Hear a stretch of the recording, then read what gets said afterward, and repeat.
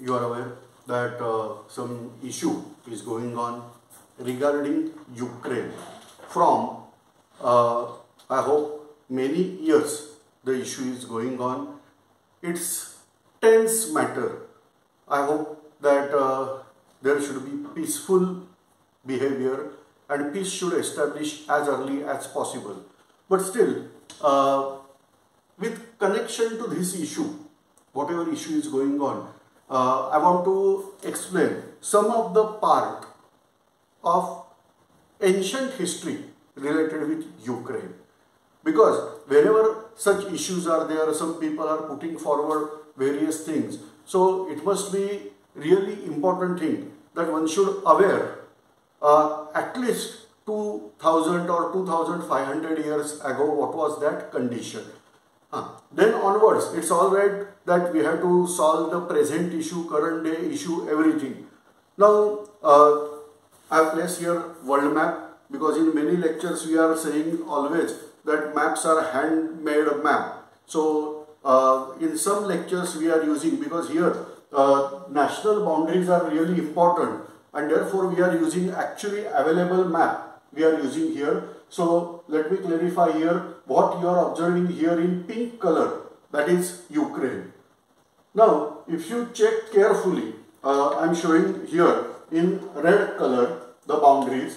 That's why we are using usually handmade map because I can show variety of things, but here just try to understand that here this is the region I am showing in red color. I hope you are able to observe.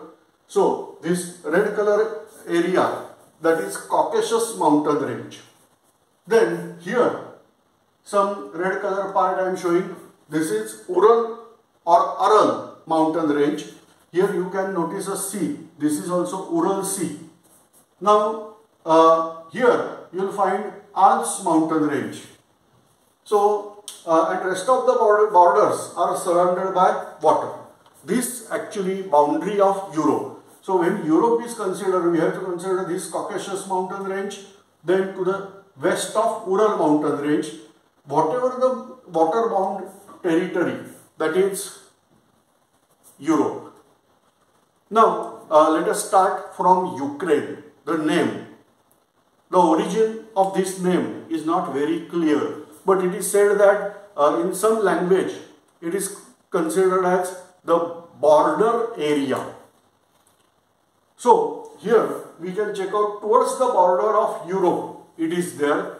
So we can consider that as border area, may be a right thing. We don't know much about this language.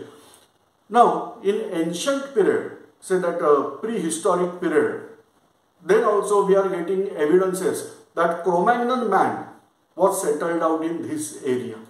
This is actually, if you are going to see geographically, this is coming under a grassland, particularly temperate grassland, that is called as steppes, where rainfall is very, very less, but not as less as desert. So this is basically a grassland which was actually once upon time, we can say, occupied by a man, that is the primate category, or earlier man, that is a Cro-Magnon man. Even it is said that some of the houses, dwellings, that is made up of skeleton of mammoth. You are aware mammoth was one of the very large animal in ancient days. So by bones of that mammoth we can observe certain dwellings, remains of that. So this all indicate that this area is human habited from many years. But in the known history, this area was a part of vast empire that is called as Scythian Empire. So Scythia, that is territory from Ukraine to Kazakhstan, this all vast area that was there, that is called as Scythia. That is Central Asian. Actually we are calling them as Central Asian part, or in case of continent, the central part, or today we can consider it as a grassland. So this was the rule of Scythian people. It was till 200 BC. It was part of Scythian Empire. So you are getting there various evidences of Scythian people. So in history, we can trace back from Scythian people. Now who are the Scythian? And was there any connection between Scythians and Indians? You may ask me question, why you are coming from Ukraine to India directly? The answer is that there is tremendous connection between these Scythians and Indians. Say, India was not there to invade Scythia, but due to some circumstances, these Scythians swiped out from this territory. They entered in Persia, and through Persia, they entered in India. They settled out in western part of India. They were ruling over large territory of India in ancient period.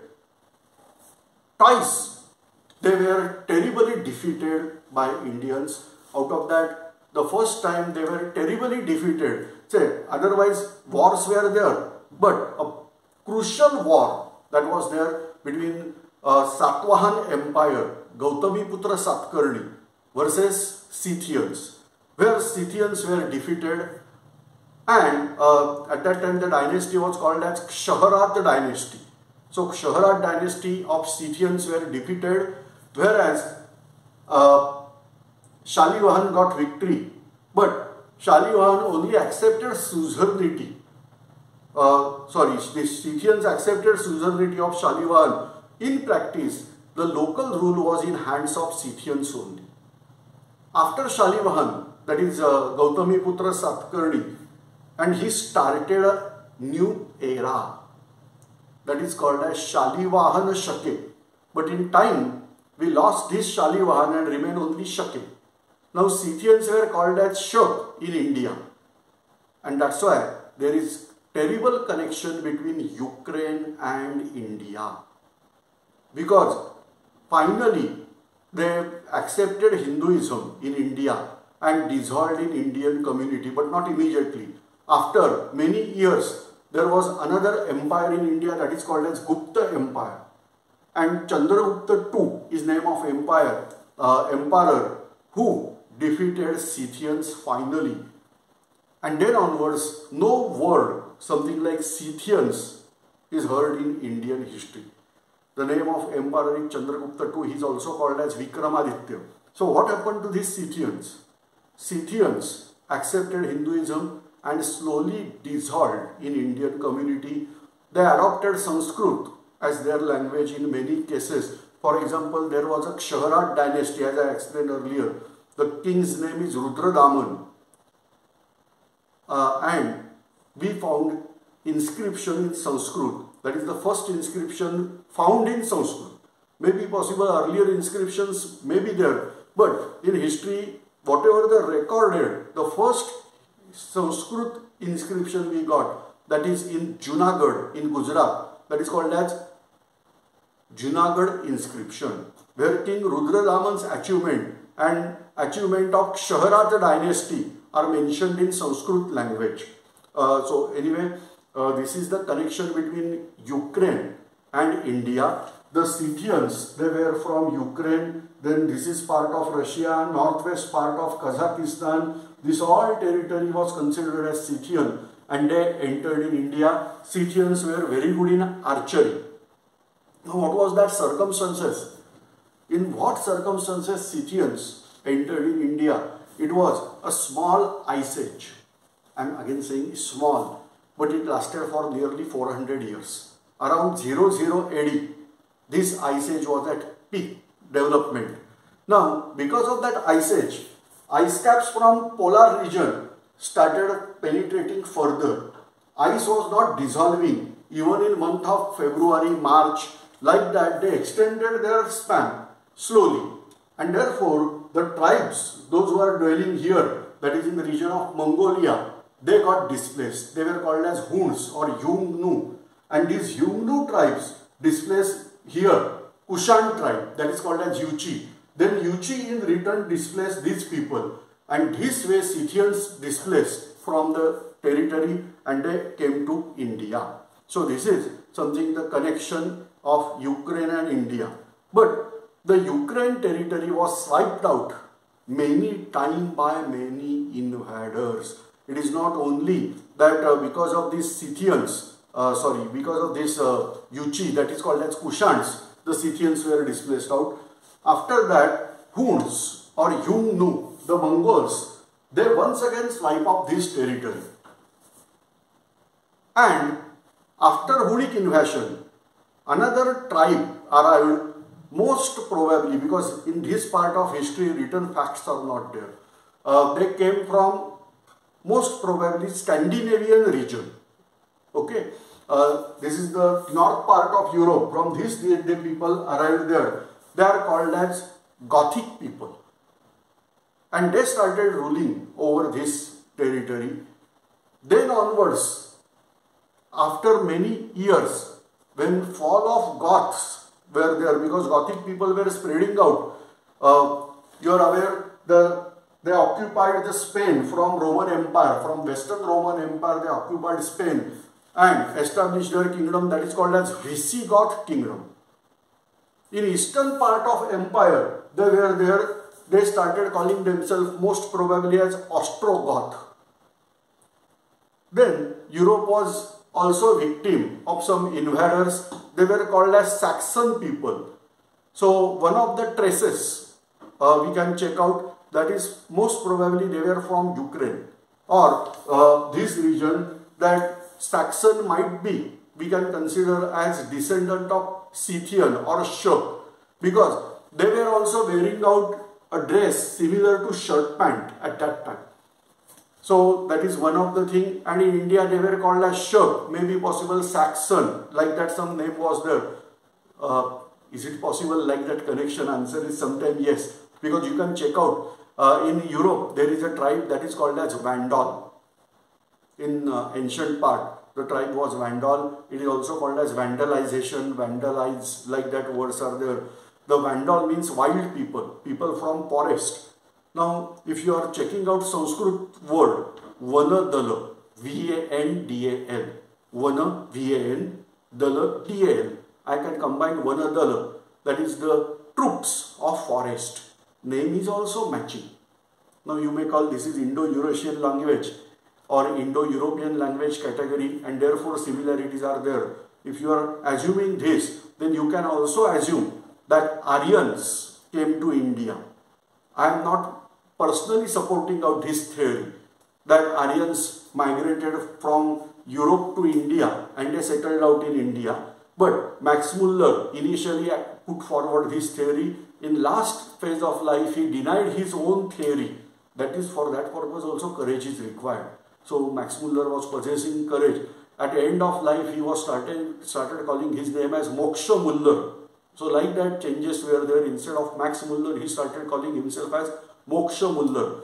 So if you are believing in this theory still, then from what region, what is that region from that Aryans came to India? So they are saying from the Caucasus and north of Caucasus region. So again we can get the connection. If you are accepting this theory, then connection between Ukraine and India, because if you are considering yourself as Aryan and if you are considering Aryans are outsider, then they are from Ukraine. So Ukraine and nearby region. So like that, various theories and historical facts are suggesting out there is connection between Europe, particularly Ukraine and India. Now go in reverse way. I am again discussing about Ukrainian history. So Ukraine was ruled by this type of various people. Many times the area was swiped off because of another invader. When Huns launched their campaign in Europe, they literally swipe off Ukraine. After 1,000 years, once again Mongols started invading Europe under leadership of Genghis Khan, then under leadership of Taimurlang. These people migrated, they destroyed the territory. Finally, Ukraine was formed, that is in much later phase, particularly after 12th century, it came into existence. That is the Slavic nation. And then it was ruled by neighboring countries. Say for example, Poland and Ukraine, they have bordering same line. So many parts of Ukraine were ruled by Poland at that time. In green color, this is the Poland. Then you can check out here in green color and purple or violet color, we are having two countries. This is small, I am showing Austria, and this is Hungary. But once upon a time, there was a big empire, Hohenzollern Empire, that is Austria-Hungary's empire was there. And that Austria-Hungary's empire was also ruling over parts of Ukraine. Romanians were also ruling over Ukraine. And ultimately, Ukraine got freedom for a while. If you are aware, something happens in life of ant, that before these ants are going to die, they are entering into metamorphosis and wings get developed on them. And then their life is of 15 to 20 minutes, but for that purpose they can fly in that. So like that, in life of Ukraine, there was light of freedom, and for nearly 2 years, Ukraine survived as an independent nation.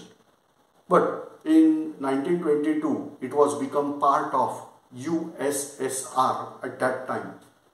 And then onwards, till 1991, it was under USSR. If you are trying to remember Second World War, in Second World War, Hitler was willing to conquer Ukraine, because now time is changed, only grassland. No, in that grassland we can develop very good cereals. And then they started developing their wheat particularly. So for Europe, the wheat production was carried out from Ukraine, and therefore Hitler was willing to conquer this Ukraine. Apart from that, Ukraine is having very good source of oil mines, oil wells, and therefore Hitler was intended in the Kiev and Kharkov area. Keep in mind, at that time some of his advisors suggested that why you are wasting your time in this Kiev and Kharkov and all that area, instead of that head on Moscow. Because if you are asking any layman in world other than connection with Europe, or rather Germany and Russia, if you are asking any layman, then he will not know where is Kiev and where is Kharkov. And for like that cities, you are wasting your time. Instead of that, take that army and head towards Moscow. But Hitler, obviously, absolute power was there in hands of Hitler, and therefore he was able to speak this way, that our generals are not aware of the economical benefit of the war. That means Hitler at that time was not intended to defeat Russia, because once Russia, that is USSR, surrendered, then usually treaty is carried out this way, that whatever the conquered area, that should be in your hand, remaining area should be in hand of the defeated nation. So before this defeat should be accepted by USSR, Hitler was intended to conquer entire Europe. But he was lost in this all aspect. Battle of Stalingrad was turning point, and then onwards in successive battles Hitler lost. Ukraine remained part of USSR, and finally it got freedom.